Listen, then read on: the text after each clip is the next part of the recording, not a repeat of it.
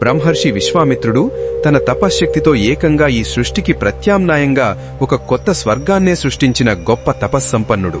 ముక్కోపి అని పేరున్న ఆయన అత్యంత శక్తివంతమైన మహర్షి. ఒకానొక సమయంలో ఆకలికి తట్టుకోలేక ఒక చండాలుడి ఇంటికి వెళ్లి ఏకంగా కుక్క మాంసాన్ని దొంగిలించి మరీ తినడానికి సిద్ధపడ్డాడని మీకు తెలుసా? వినడానికి ఎంతో ఆశ్చర్యంగా, కాస్త విడ్డూరంగా అనిపిస్తున్నా ఇది అక్షరాలా నిజం. మహాభారతంలోని శాంతి పర్వంలో సాక్షాత్తు భీష్మ పితామహుడు ధర్మరాజుకు చెప్పిన నిజమైన కథ ఇది. అసలు అన్ని శక్తులున్న విశ్వామిత్రుడు అంత నీచమైన పరిస్థితికి ఎందుకు వచ్చాడు? పవిత్రంగా ఉండాల్సిన బ్రాహ్మణుడు, అందులోనూ బ్రహ్మర్షి అయిన ఆయన కుక్క మాంసం తినడం వెనుక దాగి ఉన్న అతిపెద్ద ధర్మసూక్ష్మమేమిటి? ఎక్కడా స్కిప్ చేయకుండా ఈ వీడియో చివరి వరకు చూడండి. ఒక అద్భుతమైన జీవిత సత్యాన్ని ఈరోజు మీరు తెలుసుకోబోతున్నారు. చాలా సంవత్సరాల క్రితం భూమండలంపై వరుసగా 12 సంవత్సరాల పాటు భయంకరమైన కరువు ఏర్పడింది. వానదేవుడు పూర్తిగా ముఖం చాటేశాడు. నదులు, కాలువలు, చెరువులు అన్నీ ఎండిపోయాయి. పచ్చని చెట్లు సైతం మూడువారాయి. భూమి నెర్రెలు బారింది.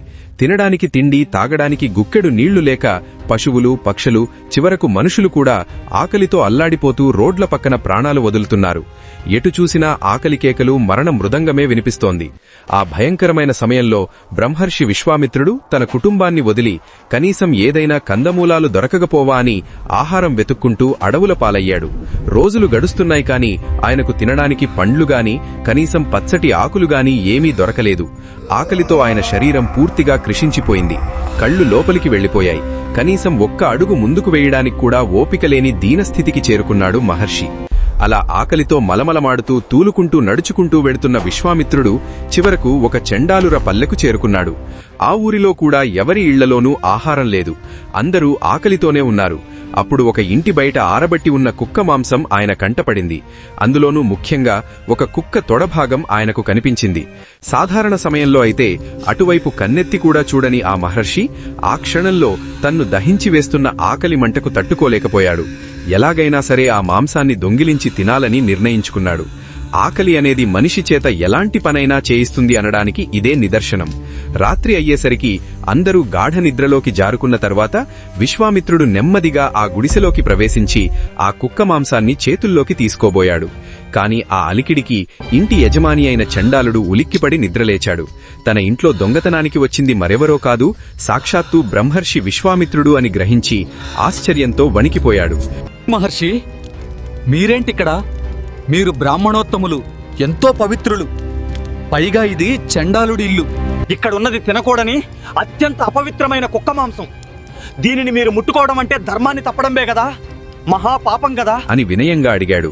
అప్పుడు విశ్వామిత్రుడు ఏమాత్రం తడబడకుండా ఒక అద్భుతమైన ధర్మ సూక్ష్మాన్ని చెబుతాడు. ఓయ్, నేనిప్పుడు ఆకలితో ప్రాణాలు వదిలే చివరి స్థితిలో ఉన్నాను. ధర్మం, కర్మం, ఆచారం, పవిత్రం, అపవిత్రం ఇవన్నీ ప్రాణాలతో ఉన్నప్పుడే. ప్రాణమే పోయిన తర్వాత ఈ ధర్మాలు ఎవరికి కావాలి? ఆపద సమయంలో ప్రాణాలను కాపాడుకోవడం అనేది సృష్టిలో మొట్టమొదటి ధర్మం. ప్రాణాలు నిలుపుకోవడం కోసం ఇప్పుడు నేను ఈ కుక్క మాంసం తిన్నా. అందులో ఎలాంటి పాపమూ లేదు. ప్రకృతి దానికి అనుమతిస్తుంది అని స్పష్టం చేస్తాడు. మహర్షి మాటలలోని వాస్తవాన్ని గ్రహించిన ఆ ఇంటి యజమాని మౌనంగా ఉండిపోయాడు.